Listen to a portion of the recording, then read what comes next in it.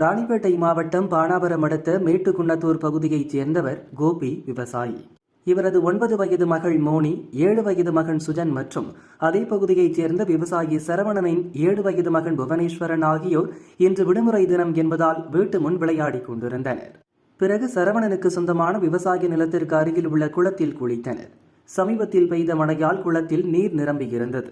நீச்சல் தெரியாத மூவரும் கரையில் குளித்துக் கொண்டிருந்தனர்.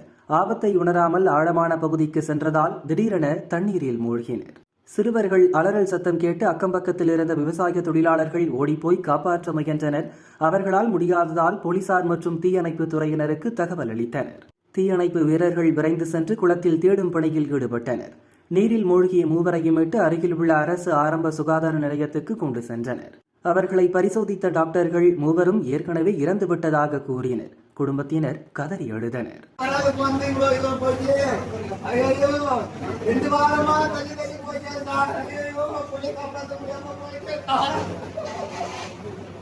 மூவரின் உடல்களும் பிரேத பரிசோதனைக்காக சோளிங்கர் அரசு மருத்துவமனைக்கு அனுப்பி வைக்கப்பட்டது. பானாவரம் போலீசார் வழக்கு பதிவு செய்து விசாரணை நடத்தி வருகின்றனர். மோனி, சுஜன், புவனேஸ்வரன் மூவரும் அதே பகுதியில் உள்ள பள்ளியில் படித்து வந்த நிலையில் விடுமுறை தினத்தில் குளத்தில் குளிக்க சென்று உயிரிழந்த சம்பவம் பானாவரம் பகுதியில் பெரும் சோகத்தை ஏற்படுத்தியுள்ளது.